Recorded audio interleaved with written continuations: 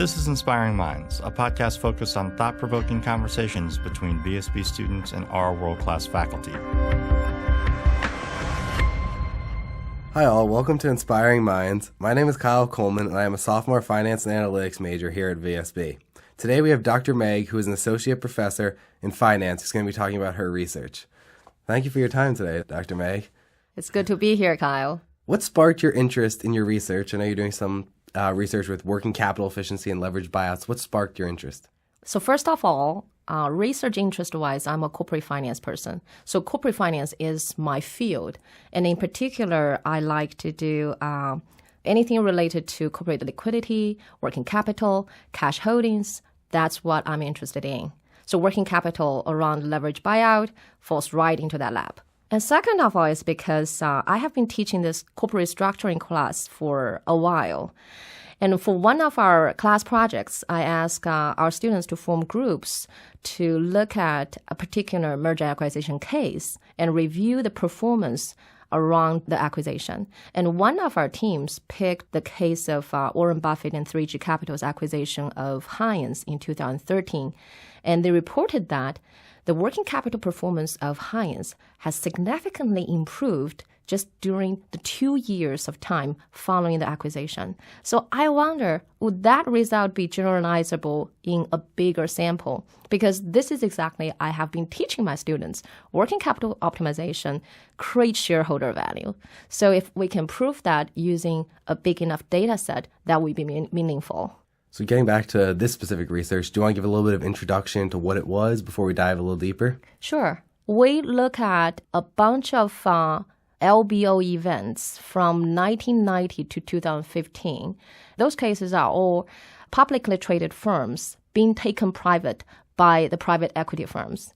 So we track their working capital performance measured by working capital to sales ratio, for example, and looking at the component as well, and track the performance over a 5-year span around the LBO event. So what we document is a significant increase in the efficiency in the working capital to sales ratio. And we also find that cross-sectionally, what type of firms have the most significant increase in working capital efficiency? It is in manufacturing firms, it is firms which have a new CEO, and it is also the manufacturing firms who use more leverage during the LBOs. So our evidence is consistent with this incentive story that the private equity managers, they do seem to be more motivated than their public counterparts to increase working capital efficiency. That's what we're hoping to find, and we do find that. So can you explain what drives PE firms to decrease working capital after a leveraged buyout? So first of all, we need to understand that from the public firm's manager's perspective, if you think about the priority list, working capital efficiency actually doesn't stand very high on that list. Public firms managers, they pay a lot of attention to stock price, right? And when you think about stock price, the analysts, again, they pay a lot of attention on the earnings, on the bottom line and the top lines, right? So if you managers put in efforts into increasing working capital efficiency, would that affect the top line or the bottom line? No, it doesn't. It only increases your cash flows. So in a world where the analysts are obsessed with earnings numbers, managers' efforts in increasing working capital efficiency may not be rewarded fairly.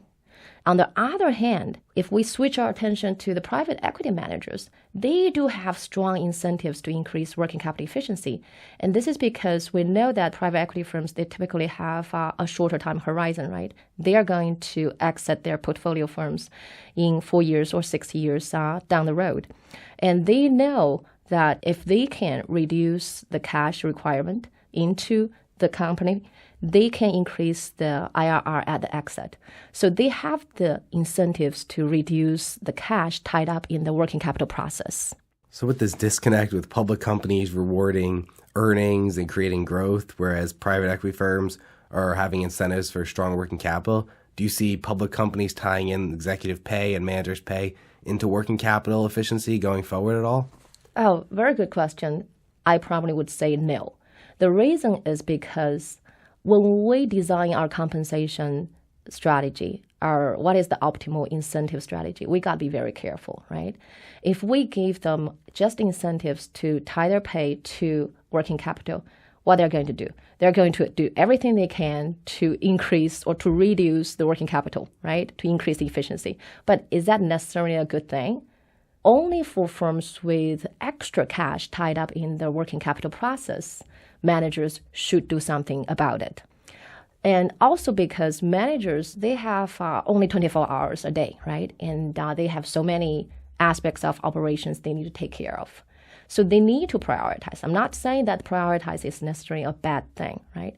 So every company needs to design their corporate policy according to the situation the company is facing. So I wouldn't recommend every company to do this connection between the pay with the working capital, but I would definitely recommend tying the pay to cash flow measures in general. As for how are you going to improve your cash flow, it's your choice, depending on your firm's specific situations. So your research shows that private equity firms push very hard to collect AR as a common way to improve working capital. Why do you think the public firms don't push so hard to collect in general and they leave money on the table by having outstanding accounts receivable? This has to do with the organizational structure of public firms as compared to the private equity firms.